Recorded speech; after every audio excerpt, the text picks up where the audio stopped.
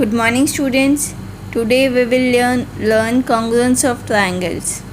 सबसे पहले congruence क्या है? कोई भी दो ज्योमेट्रिकल फिगर्स को जब आप सुपर इम्पोज कर सकते हो एक दूसरे के ऊपर, तब हम कहते हैं कि these two figures are congruent. जैसे ये दो लाइन सेगमेंट्स हैं, अगर लाइन सेगमेंट्स का मेजर सेम है, ये 5 सेंटीमीटर है, ये भी 5 सेंटीमीटर है, तो इस लाइन को इसके ऊपर रखा जा सकता है, सुपर इम्पोज किया जा सकता है। ऐसे ही दो सर्कल्स को आप कब सुपर इम्पोज कर सकते हो? एक सर्कल को दूसरे सर्कल के ऊपर कब रख सकते हो? जब दोनों का रेडियस सेम है। आज हम लोग पढ़ेंगे कि दो ट्रायंगल्स को एक दूसरे के ऊपर सुपर इम्पोज करने के लिए क्या रूल्स है, क्या क्राइटेरिया है। जब हम दो ट्रायंगल्स को कॉन्ग्रुएंट प्रूव करते हैं तो हम कुछ प्रॉपर्टीज़ के बेस पर उनके लिए कॉन्ग्रुएंस फाइनल करते हैं। फर्स्ट है हमारे पास SAS, first law, first rule. SAS जिसमें S है साइड, A है एंगल, S है साइड।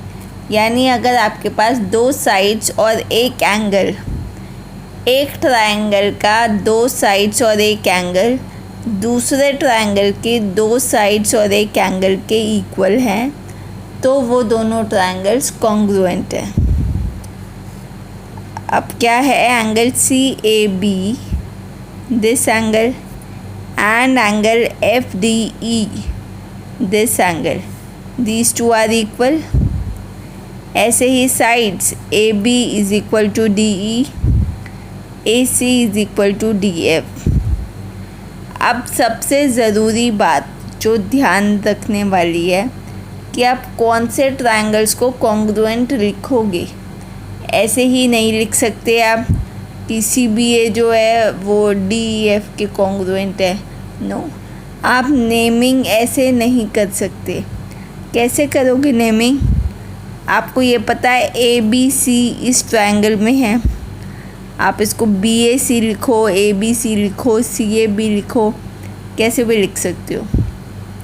लेकिन जब आप दूसरी साइड लिखोगे कॉन्ग्रुएंट ट्रायंगल की, तो आप ध्यान रखें कि आपके पास ये जो एलिमेंट्स है ये सारे सेटिस्फाई हो रहे हैं या नहीं।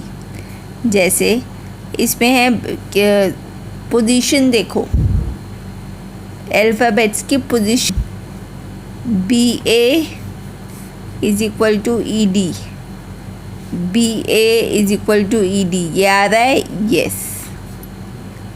ऐसे ही AC is equal to DF, AC is equal to DF आ रहा है, आ रहा है। Angle CAB is equal to angle FDE, CAB यानी ये वाला एंगल एंड FDE ये वाला एंगल, ये दोनों इक्वल आ रहे हैं, यस।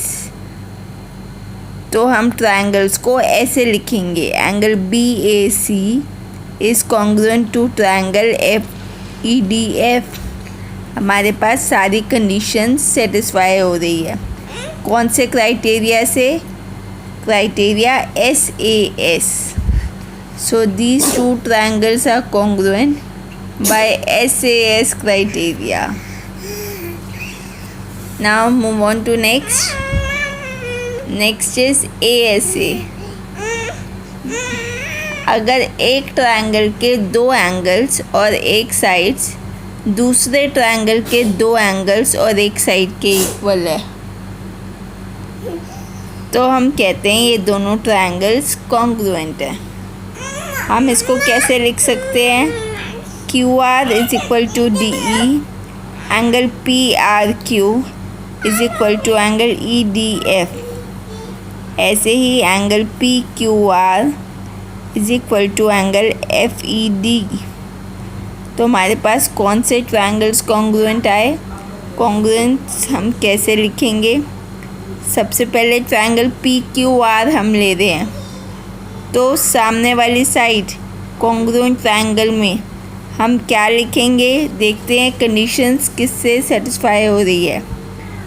इसमें क्यू आर और डी ई डी इक्वल आ रहे हैं, यस आ रहे हैं। Angle R and angle D equal आ रहे हैं। पोजीशन देखी जाती है कि पोजीशन सेम है या नहीं अल्फ़ाबेट्स की। फिर एंगल क्यू और एंगल ई इक्वल आ रहे हैं, यस। तो हमारे पास angle P Q R is congruent to triangle F E D by ASA criteria. Next criteria हमारे पास ईजीएस्ट क्राइटेरिया इज़ SSS, जहाँ पर एक ट्रायंगल की तीनों साइड्स दूसरे ट्रायंगल के तीनों साइड्स के इक्वल है रिस्पेक्टिवली। जैसे AP is equal to PQ, BC is equal to RS and AB is equal to QR। इन ट्रायंगल्स में हमारे पास ये साइड्स इक्वल है, तो मैं क्या लिख सकती हूँ, triangle ABC is congruent to which triangle, AP और PQ इक्वल है, AB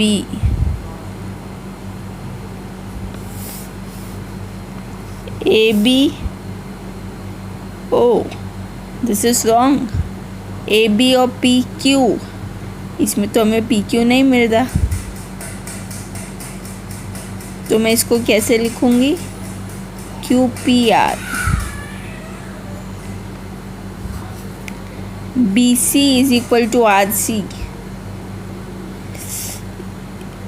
These conditions are written wrong. RP alphabets गलती से गलत लिख दिए गए हैं। AB is equal to QR, okay.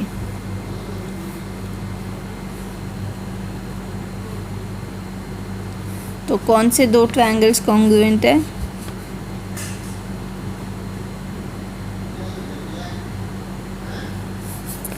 AC is equal to PQ, okay. So अब देखते हैं हम,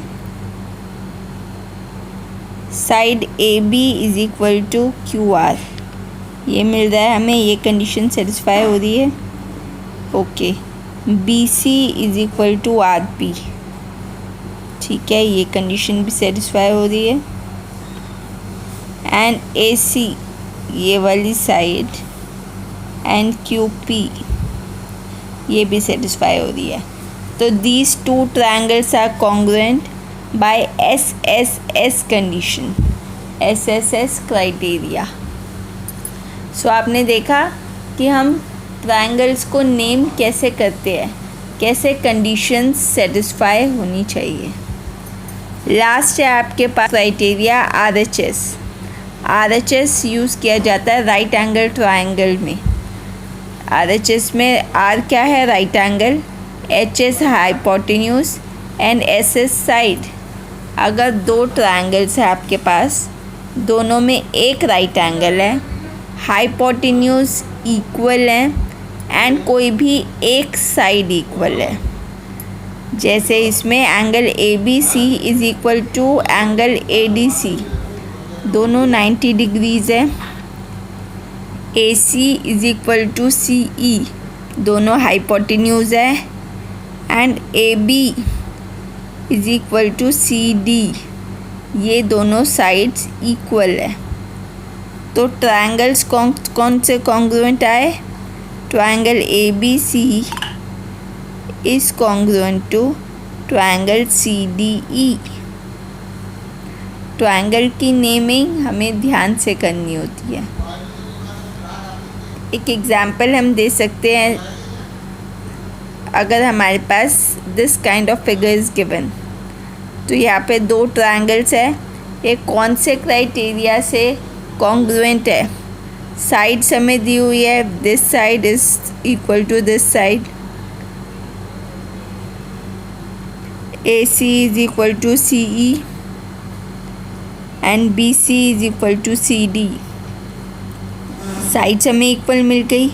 अब एंगल हमें इक्वल दिए नहीं हुए थे, ये हमें खुद इंटरप्रेट करना है। ये दोनों वर्टिकली ऑपोजिट एंगल्स है।